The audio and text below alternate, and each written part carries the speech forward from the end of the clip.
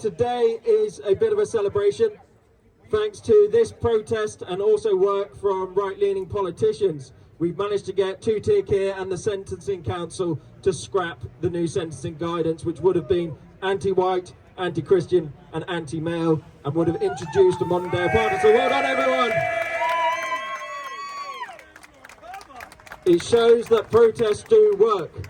If we put pressure on the government like the left do, if we put pressure on the government, we will ensure that their tyranny will not continue. But we can only do that together. We can only do it if good men and women stand up. So thank you everyone for coming here today. The mission, however, is not over. Whilst the sentencing guidelines have been paused, they've not been completely scrapped yet. That's why we didn't cancel the protest, because we still have to keep that pressure on. We have to let TPUK know that he can't implement his tyranny over the British people. Also, we still have two-tier policing. The two-tier policing existed prior to the sentencing guidance, as we all saw during the Enough is Enough protests. And actually, if you want to see the success of the protest, normally when we do one of these, we have about 50 riot cops, full body gear, batons everywhere, and if you look left, you look right.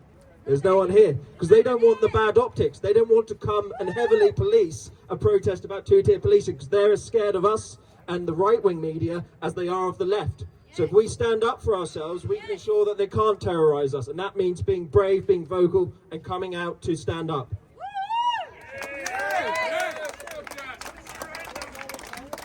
But without further ado, I'd like to introduce our first speaker, TPUK's very own Chief Operations Officer, Nick Tenconi. Go on, Jackie. Can I get a round of applause? He's the CEO of Turning Point UK. The nation owes him a debt. He never clocks out, ever. 24 hours a day. The #1 conservative activist organisation in the UK. Amazing. I've got a different style of speech for you all. This is my least favourite content. It is so dangerous and toxic what is going on in the mind of that Marxist who's currently running our country.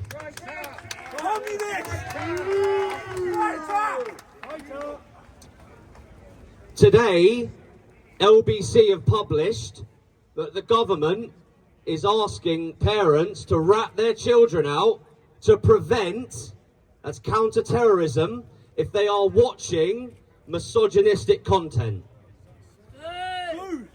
Wait a minute, misogyny is hatred of women. Misandry is hatred of men. These things exist.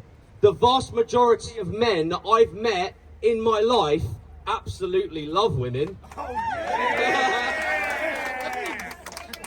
We actually adore women. There is a small percentage that genuinely hate the opposite gender, and that often comes from a place of hatred. It comes from a hardened heart, and they need help. If they produce crime statistics based on that, we are very clear about what should be done in the case of the most heinous of crimes towards women. Encouraging your children, encouraging the parents of children watching misogynistic content. Who defines what misogyny is? And then are we going to do the same for misandry? If I had £1 for every time I've seen misandrist content on social media, the I Hate Men campaign, #MeToo, yes, and the list goes on. In other news, 30 British Patriots apparently today are having their doors knocked on. They are likely to go to jail for social media posts last summer. That was at 7 o'clock this morning when I did my little scrolling thing just to affect my mental health just that little bit extra. That was this morning. Now I want you to, when I come out with what I'm about to say, hold what I just said in context. There are members of the Conservative Party and the Labour Party who are on record as saying that two-tier policing doesn't exist. There are members of the Uni Party, red and blue, on record as saying that two-tier justice doesn't exist. I have 4 examples to give to you, and it's factually accurate. So let's do it from the script. Number 1, Lucy Connolly went to jail for foolishly posting things which she instantly regretted. She did it in the heat of the moment and at a moment of very justified anger, which she swiftly deleted. Lucy was a law-abiding citizen. She was given 31 months. How do you recover from that? How do you get out of jail and re-emerge back into society? She didn't hurt anyone. She didn't hurt anyone. Let's compare that. I hate this so much. 37-year-old NHS worker and mother of 3, Natalie Shotter, was orally raped to death as she lay unconscious on a park bench by an already convicted predator, Mohammed Lido.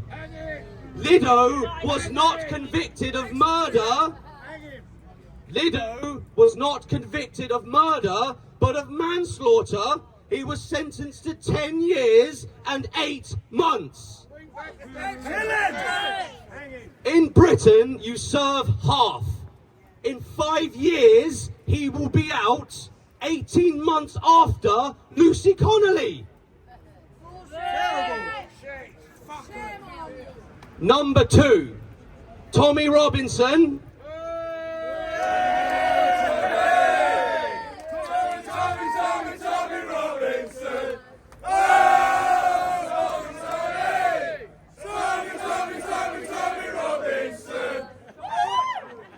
Beautiful. Tommy Robinson was sentenced to 18 months in prison, most of which is to be spent in solitary confinement, for showing a documentary which told his side of the story regards why he is being persecuted. He let the British public make their own minds up with regards to the truth about what happened at that school in 2017. 18 months, most of it in solitary confinement. How do you re-emerge? How do you ever get past that? Ever. He didn't hurt anyone. He's a hero. Yes. He's a patriot.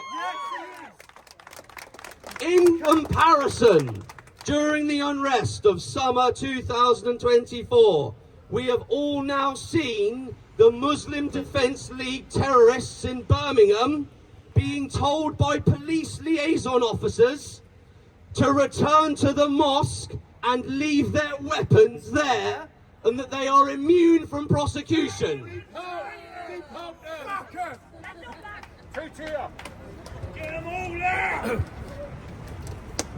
Number 3, Peter Lynch was sentenced to 2 years and 8 months for being at the scene of a protest. I pray for my children. He was at the scene of a protest. He was found dead in his jail cell. Mohammed Osman was found guilty of violent disorder, the same crime, on August the 3rd in Bristol, 2024. He was given a suspended sentence.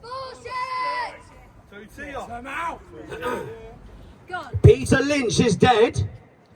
He didn't need to be in prison. He's dead because he went to prison. Someone who was found guilty of violent disorder in a place like Bristol, the same thing.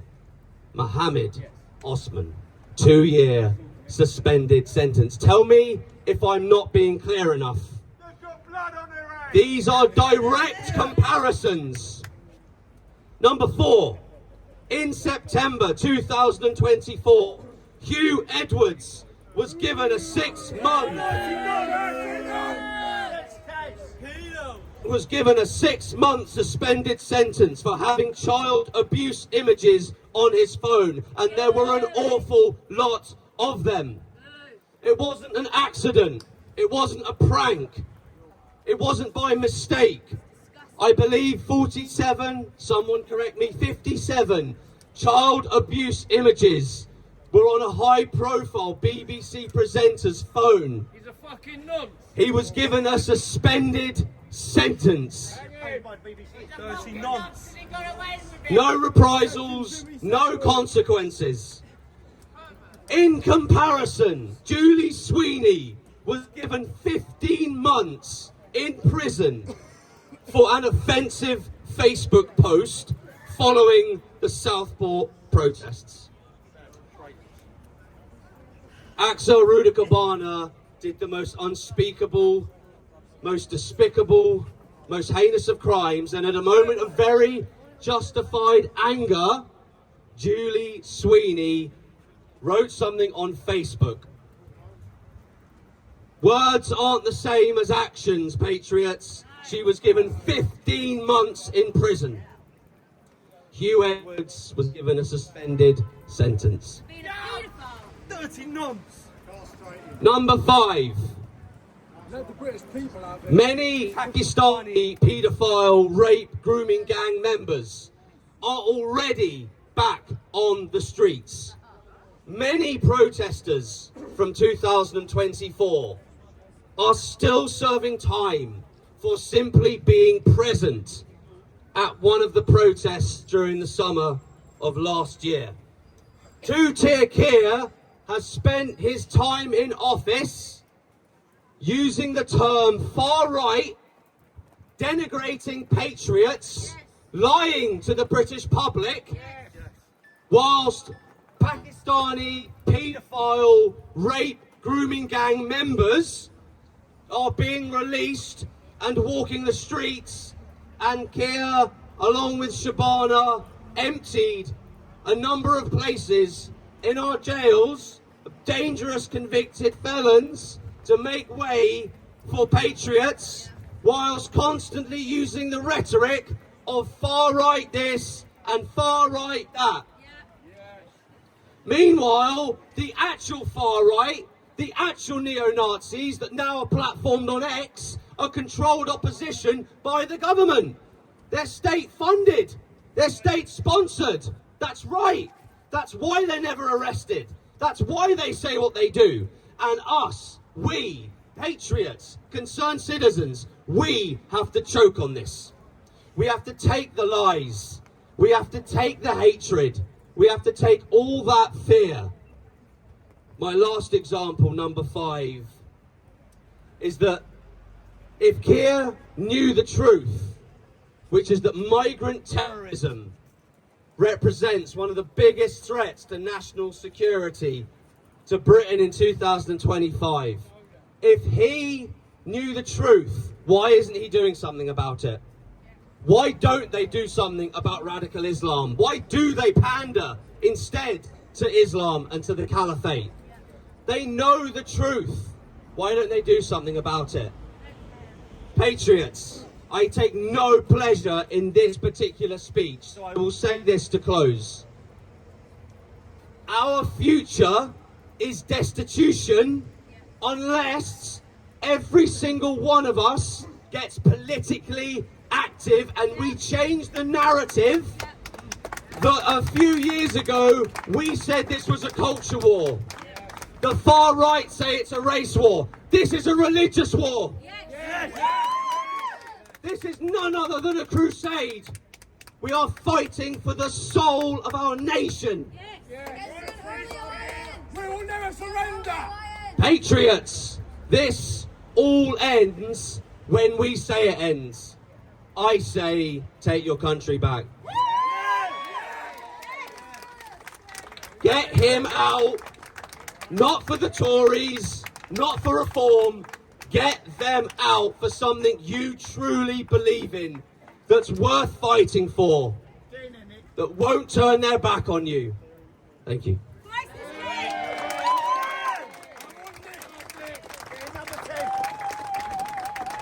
Let's hear it again for the Italian stallion, Nick Tenconi! Right, before we continue, a little bit of housekeeping. Someone's dropped their credit card. A miss... So far-right thug steals woman's credit card. Right, guys, our next speaker, you'll know him from Speaker's Corner. We have young Bob.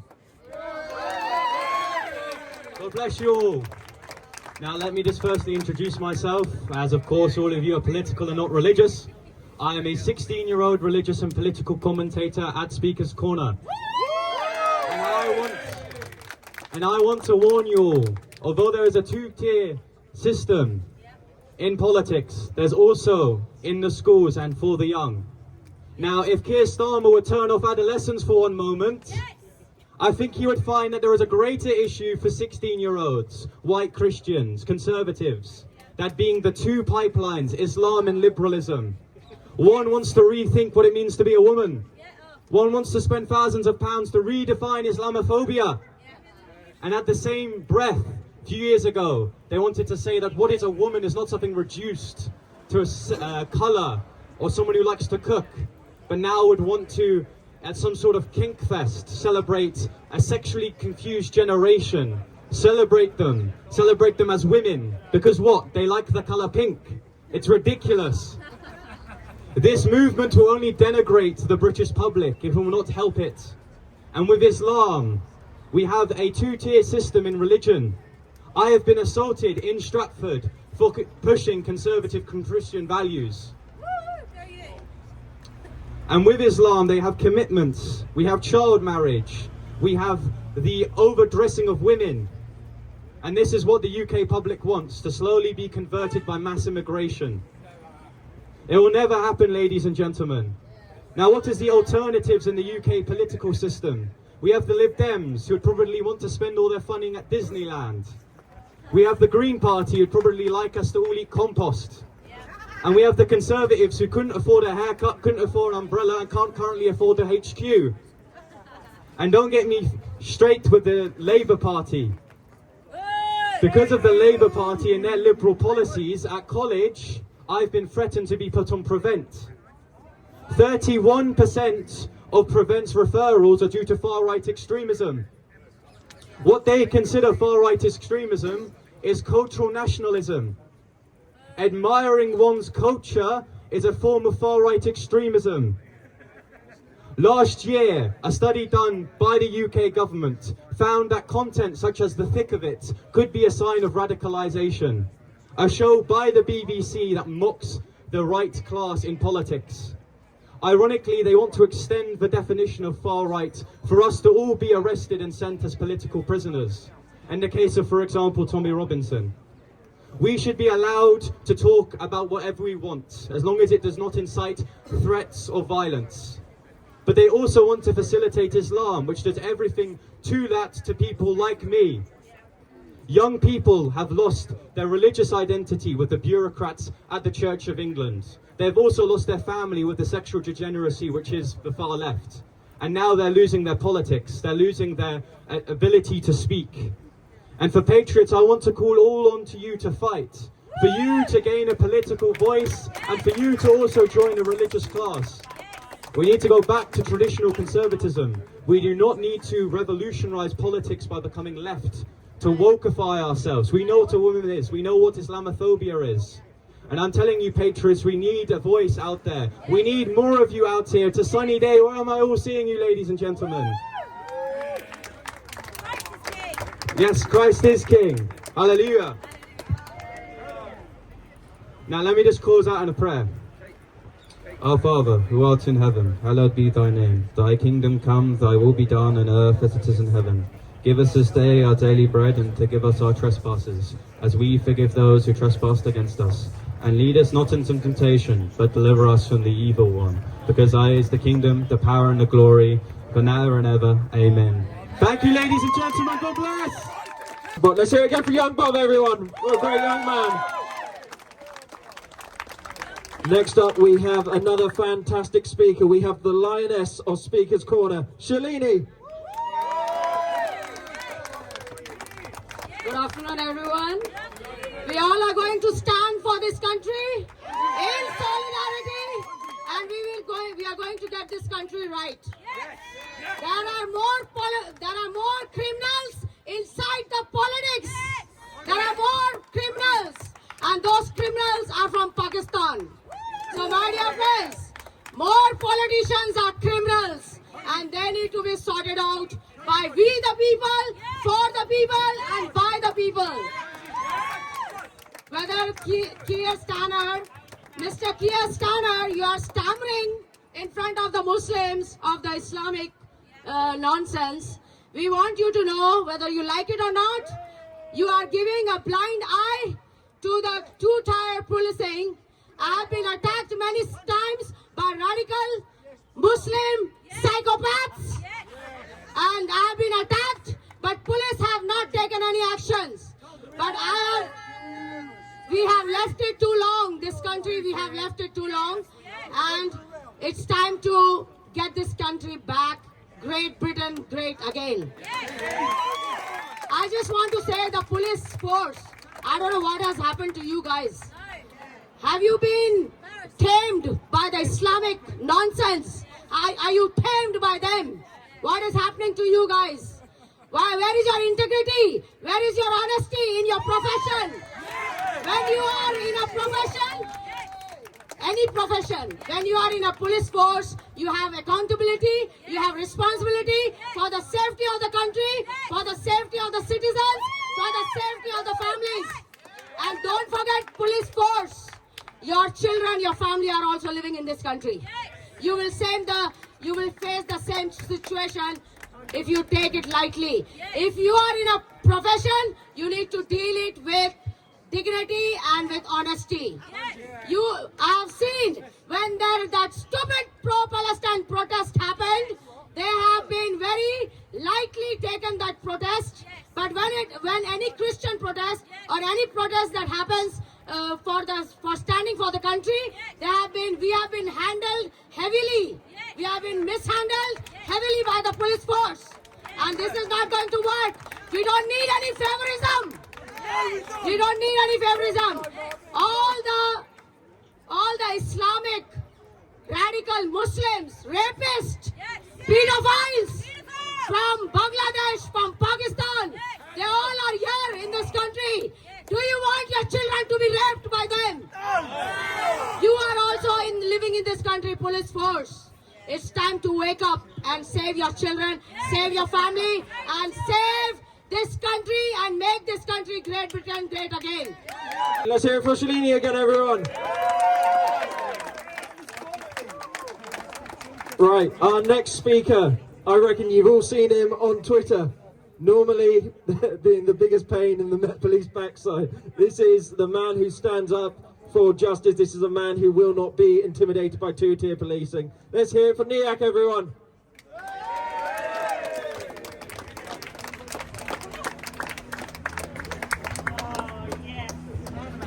Hello everyone, pleasure to meet you here, and really nice and nice sunny weather in London with lovely Met police officers here. I'm Niyak Ghorbani, come from Iran. 2 times I'm running for my safety, for being alive 2 times. First from Iran, from Islamic Republic. The second time from Germany, from Islamic Republic agents. And I'm coming here in UK for fighting against Islamic Republic, fighting for freedom. But in the beginning, I want to try to be the voice of the Iranian people, but I realize the British society need more people like Nick, like myself, to stand up and speak behalf of them, because they scare when you say something they tag you easily. You are racist. You are far right. And you know, this is a way they actually try to stop you and make you silent. But I don't have anything to lose, just my life. I can't give it this in this way for freedom. And I actually standing behalf of many, many good British, Israelis, Iranians people fighting for freedom. Two-tier policing is something really, really, you know, everyone can see that, two-tier policing. You know, but I want to tell you something about myself. That's never happened in my life. I'm 39 years old. Even in Iran, they didn't publish my information. Never. But that's happening to me here in UK. They, as a leaking information, put my information on social media to make me scared, to, you know, stop me and stay at home or change my address again and again and running again from UK now. No, I'm standing here fighting behalf of good people and want to tell you something. As Nick said, you should take action. You should come in the political way. They give you actually opportunity to come into the street and chanting and, you know, and fighting in the street. But they running the system. They running the country. If you are not in the politics, you should always go and say, please, please, please care about our children. Please care about our future. But if you are in power, you can make a decision for your country. That's why I'm 100% agree with Nick. You should take a political action. You should be in the House of Lords. You should be in Parliament as a British patriot. How many British patriots you have in House of Lords? How many British patriots you have in Parliament? They are, you know, really, really small group. You should change it. If you want to change the future, you should change the politic actually space and place. We lost our country. We are fighting for take our country back. You didn't lose your country, but listen to us. Seeing our country, seeing Iranian people, how every day they are fighting for their freedom, how actually they sacrifice their life. You still have your country. Please fight, fight, fight for your future and for our country. Thank you.